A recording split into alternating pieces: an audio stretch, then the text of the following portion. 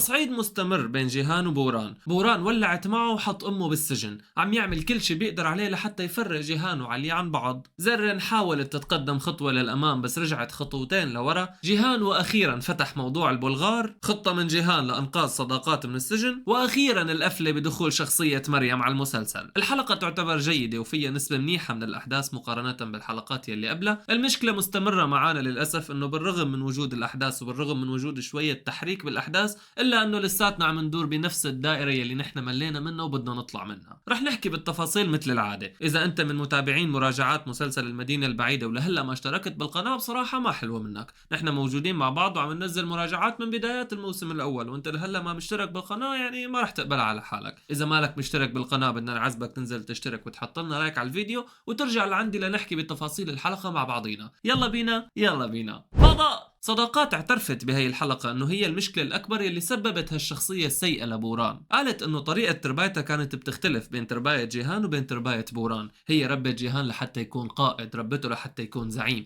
اما تربايتها لبوران ما كانت بنفس الطريقة لعدة اسباب. كلياتنا بنعرف انه السبب الاهم هو انه بوران بيكون ابن اجمل، وصداقات حاسبة حساب انه مع الوقت الا ما تنكشف هي الحقيقة. ما بدها بوران يكون الزعيم لانه ما بدها ابن اجمل يكون هو اللي بده يستلم الرئاسة ويستلم الزعامة والعشيرة كلها. طيب بوران غيران من جيهان، غيران منه بطريقة مرضية، غيران منه بطريقة مو عادية. فكر حاله تقريبا عم يعاقبه لما اجبره انه يتجوز عليا، لانه بوران مفكر انه جيهان رح يحب مريم وما رح يحب حدا بحياته غير مريم، وانه مستحيل يحبها لعليا ويقرب عليها كونها مرت اخوه الكبير. بس بوران ما كان حاسب حساب انه هو عم يوصي جيهان كان عم يكتب مصيبته بايده. جيهان وقع بحبها لعليا وعليا وقعت بحبه لجيهان، وبوران وقع باصعب مهمة بحياته يلي هي تفريق الاثنين عن بعض. ملاحظين معي التصعيد اللي عم يصير عن جيهان بالنسبة لموضوع بوران؟ يعني اول ما صحي بوران جيهان كان كتير مبسوط فيه، وجيهان كان كتير مبسوط انه بوران رجع على الحياة، كان شايفه لساته كاخوه الكبير وبده يعمل اي شيء لحتى بوران يوقف على رجليه ويرجع على حياته بشكل طبيعي. كان حتى ما عم يرضى يفكر بموضوع انه هن الاثنين رح يتخانقوا على عليا. لما شاف انه بوران عم يطالب بعليا، وهذا الشيء تقريبا يعتبر طبيعي كونها هي مرته وام ابنه، فكر انه الموضوع ببساطة انه يروح يحكي له لبوران انه والله انا حبيتها لعليا وعليا حبتني وهي ما عاد بدها اياك وصارت بدها يعني.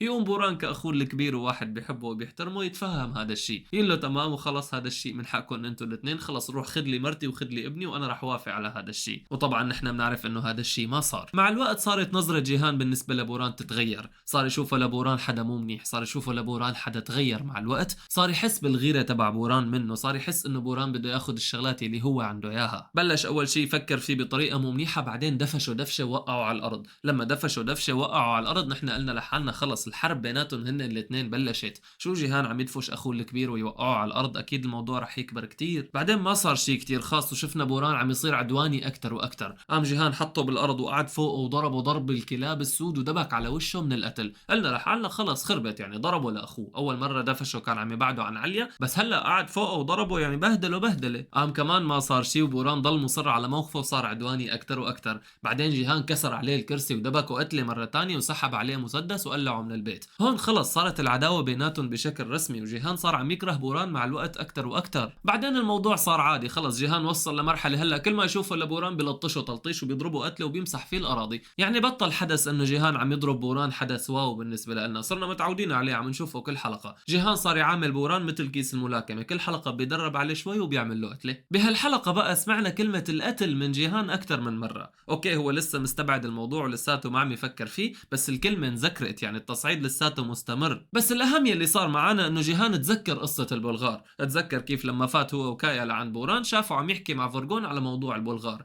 بوقتها سأله على القصة وقال له انه الموضوع منتهي من زمان وما في شيء مهم. حط الموضوع براسه ولاحقه، فتش غرفة فورغون ولقى الموبايل تبع فورغون وطلب من رجاله يسحبوا له منه كل المعلومات. موضوع البلغار تلحلح ولازم يفوتوا على المسلسل عن قريب. طبعا بتمنى هذا الشيء، بتمنى انه ما نشوف شط ومط اكثر بقصة البلغار. طيب هل جيهان رح يتعاون مع البلغار ضده لبوران ولا رح يتعاون مع بوران ضد البلغار؟ هلا بعرف انه المنطقي والطبيعي اللي عم نشوفه حسب سرد الاحداث معنا بالمسلسل انه جيهان بده يتعاون مع البلغار لحتى يتخلص من بوران. جيهان بده يعمل اي شيء لحتى يتخلص من بوران باي طريقه كانت، بتوقع بعيدا عن القتل. بس بوران بضل اخوه الكبير والبلغار بضلوا غريبين. وفي عنا شغله مهمه صايرين عم نشوفها اخر كم حلقه، ما بعرف اذا عم تنتبهوا عليها ولا لا. عم نشوف شويه خلافات بين بوران واجمل. تمام متفقين على الشغلات الرئيسيه، نحن شايفين عارفين هذا الشيء، بس كل حلقة عم يتناقروا بين بعض وعم يختلفوا على موضوع ان كان صغير ولا ان كان كبير. اجمل بده يحطه لبوران تحت جناحه، واجمل بده يصير بوران مثل اللعبة بايده، بده يقول له لبوران روح اعمل هيك، وبوران يقول له حاضر سيدي او حاضر بابا.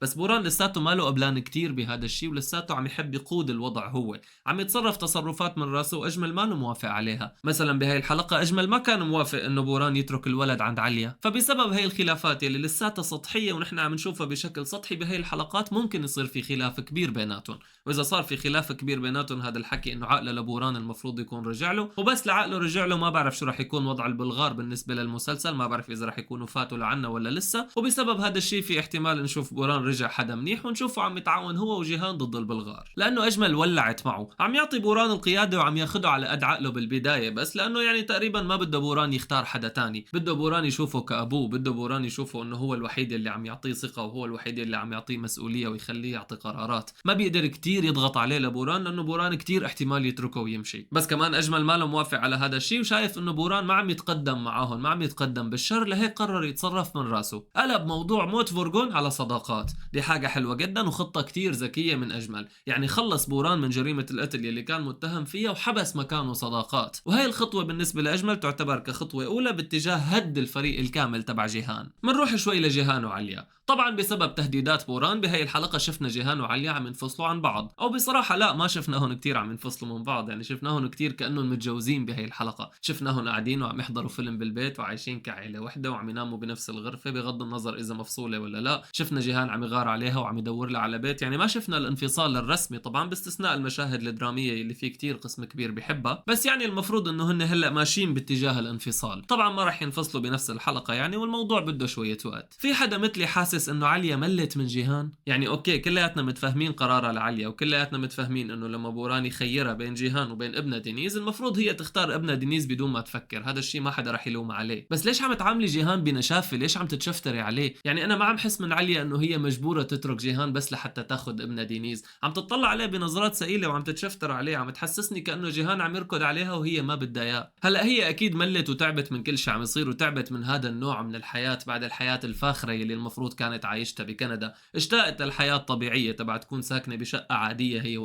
ابنها الصغير يروح على الحضانة ويقضي وقته مع العالم يلي بنفس عمره، وهذا الشيء طبيعي، يعني الحياة الطبيعية هي مشتاقت له، وهذا الشيء متفهم اكيد. بس مدري كيف طريقة تعامله مع جيهان مستفزتني، وصاير عم شوف المشاهد تبعهم مثل كأنه هي مستقلعة وهو عم يركض وراها وعم يترجاها لتضل معه. بنيجي لعند زرن بتتعامل مع الحياة ومع المواضيع والتهديدات تبع ديمير كأنه هي ما عندها رجال بعيلتها وما عندها رجال بحياتها، وبصراحة معاها حق، وهذا الشيء متفهم شوي، لأنه الرجال الموجودين بعيلتها إن كان جيهان ولا كايا ولا شاهين صار لهم من أول حلقة بالموسم الأول وهن بيهددوا ديمير، والله لنقتلك، والله لنمسح فيك الأراضي، والله لنفجرك، والله لنقطع لك راسك، والله لنعمل مدري شو. وطبعا هذا الحكي كلياته مجرد حكي، وديمير دائما بيضحك عليهم وبيتمسخر عليهم وما حدا بيقدر يعمل له شيء. بس الأكيد إنه زرن رح ترتاح أكثر لو حكت لواحد من هدول الرجال على إنه بنتها عايشة، وإنه ديمير خاطف لها إياها وعم يهددها فيها كل يوم، يعني على الأقل لأخوها شاهين. بس طبعا كمان تصرفها متفهم لانه القصه فيها حياه بنتها، يعني ممكن باي غلطه تخسر بنتها وديمير ياخذها ويروح، وديمير بيعمل هيك شيء لانه مجنون. زرن قررت تتقدم خطوه وتخطف بنتها من ديمير وتهرب فيها. حلو انه صار حركه بالحدث، حلو انه شوي طلعنا من التكرار تبع كل حلقه تبع انه زرن رايحه ترضع بنتها وبدها تبكي وبدها تزعل وبدها تحاول تزعل ديمير عليها، وديمير كتير شخص شرير وما رح يزعل عليها ورح يضل مثل ما هو.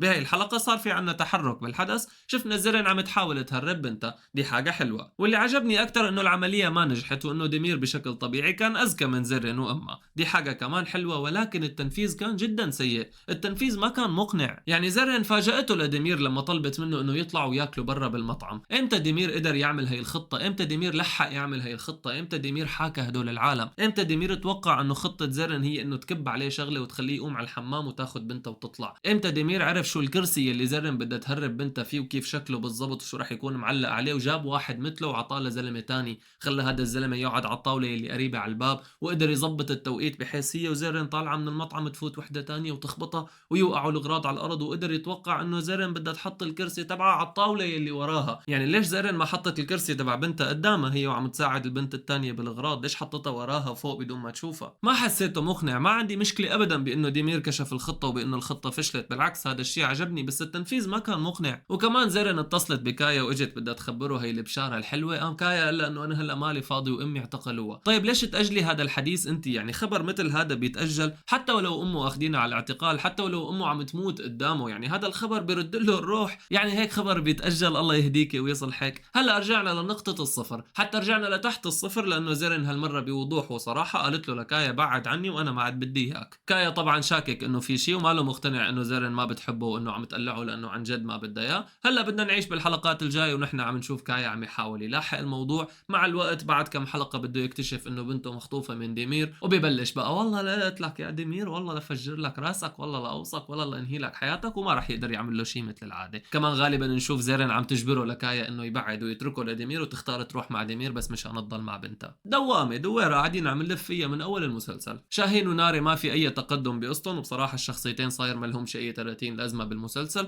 ما عم ياثروا على القصه ابدا لا من قريب ولا من بعيد. الحدث تبع ناري كلياته اللي صار اخر حلقتين طلع كلياته ما له اي فائده، بالرغم من انه ناري اخذت قسم كتير كبير من الحلقتين ومشاهدة كان لهم وقت كتير كبير، بس كل الحدث طلع على الفاضي. يعني ناري لا ماتت من الحادث ولا انصابت ولا انأذت ولا حتى سقطت الولد، يعني مشاهدة كلياتهم كانوا تضييع وقت، طبعا بغض النظر عن الغلاظة تبع الدكتور اللي عم يغار منه شاهين بكل حلقة. وبنجي للحدث الأخير، ظهور شخصية مريم حبيبة جيهان الأولانية. طيب دي حاجة حلوة ولا وحشة؟ بصراحة ما عم بقدر أفكر ولا بسيناريو ممكن يخليها حاجة حلوة. شخصية جديدة إلها علاقة بالماضي والحب والغيرة والخيانة والنسيان والكتمان وهي القصص، بدها تدخل معنا على نفس الدوامة وتعمل لنا أحداث بنفس الدوامة والدوارة يلي نحن ملينا منها وعم نحاول نطلع منها بأي شكل من الأشكال. هل جيهان لساته بحبها ورح ينظر لها نظرة حب؟ ترى النظرة يلي نظر لها إياها جيهان ما كانت كتير بريئة 100%، يعني مبين إنه لسه في شيء جواته بحبها. كمان بدنا ما ننسى إنه الانفصال اللي صار بين جيهان ومريم ما كان بسبب جيهان ولا بسبب مريم، هن الاثنين انجبروا على هذا الانفصال بسبب أبوها لمريم يلي أخذها وسفرها على ألمانيا. بس في عنا أسئلة، إنه مريم كيف رجعت؟ مريم ليش موجودة بالسجن؟ مريم قديش صار لها موجودة بالسجن؟ هلا السيناريو يلي أنا خايف منه إنه جيهان صار بحب عليا 100% وما عاد يحبها لمريم، رح يحكي لها هذا الشيء ومريم رح تتضايق إنه جيهان بحب وحدة تانية ورح تصير تغار عليه وممكن تكرهه، وهذا الشيء رح يقودنا للتعاون المنتظر بين مريم وبين بوران لحتى يفصلوا جيهان وعليا عن بعض. هذا المتوقع الأول وهذا اللي غالبا رح يصير وهذا اللي أنا ما بدي إياه يصير. بالنسبة للحلقة مثل ما قلت لكم كان فيها تحريك بالأحداث، بس كمان كان فيها مشاهد كتير تضييع وقت ومشاهد كتير ملهاش أي 30 لازمة. مشاهد العلاقات والثنائيات كلياتها مكررة كتير وكلياتنا بصراحة وصلنا لمرحلة ملل منها. حتى مشاهد الانفصال تبع جيهان وعليا صرنا شايفينهم كتير على مدى الموسمين. مشاهد زرين وديمير، مشاهد زرين وكايا، مشاهد ناري وشاهين، هي الشغلات كلياتها مكررة. كوميديا فيدان وأجمل، الحقارة تبع بوران وسوء الشخصية تبعه، كلياتها هي الشغلات عم نشوفها كل حلقة نفسها. بالنسبة للإعلانات أنا ما بشوف إعلانات الحلقات مشان ما أحرق لحالي، أنتم يمكن تعرفوا هي المعلومة ويمكن لا، بس بما أنه هي الحلقة مؤجلة من الأسبوع الماضي فالإعلان طش بالسوشيال ميديا وانتشر كتير، وأنا غصبا عني شفت على التيك توك والإنستغرام إنه ظهور شخصية مريم مع صداقات بالسجن. فالشغلتين المهمين يلي كانوا موجودين بحلقة، الشغلة الأولى هي سجن صداقات، والشغلة الثانية هي ظهور مريم بآخر مشهد كانوا محروقين علي اوريدي. ما تفاجأت أبدا، وكل الحلقة كنت عم بستنى إنه صداقات بدها تفوت على السجن وإنه بدها تشوف شخصية مريم جوا. كل الأحداث اللي صارت تبعات الحزن إنه صداقات بدها تفوت على السجن ويلا عم يودعوها كلهم وعم يزعلوا عليها، كلياتهم كانوا على الفاضي، لأنه كمان عرفانين إنه صداقات ومريم رح يطلعوا من السجن عن قريب. هل المسلسل محضر لنا شيء لحتى يتحسن ولحتى نشوف أداء تاني مختلف عن أداء آخر شيء 20 أو 30 أو 40 حلقة، ولا خلص هن راضيانين على الأداء الحالي وبدهم يخلونا بنفس الدائرة ويخلونا بنفس الدوامة؟ اكتبوا لي رأيكم بالتعليقات واكتبوا لي توقعاتكم. مثل ما حكينا اللي ما له مشترك بالقناة معيدكم ينزل يشترك ويحط لنا لايك على الفيديو. لا تنسوا أهلنا بغزة من الدعاء. الله يعطيكم العافية، سلام.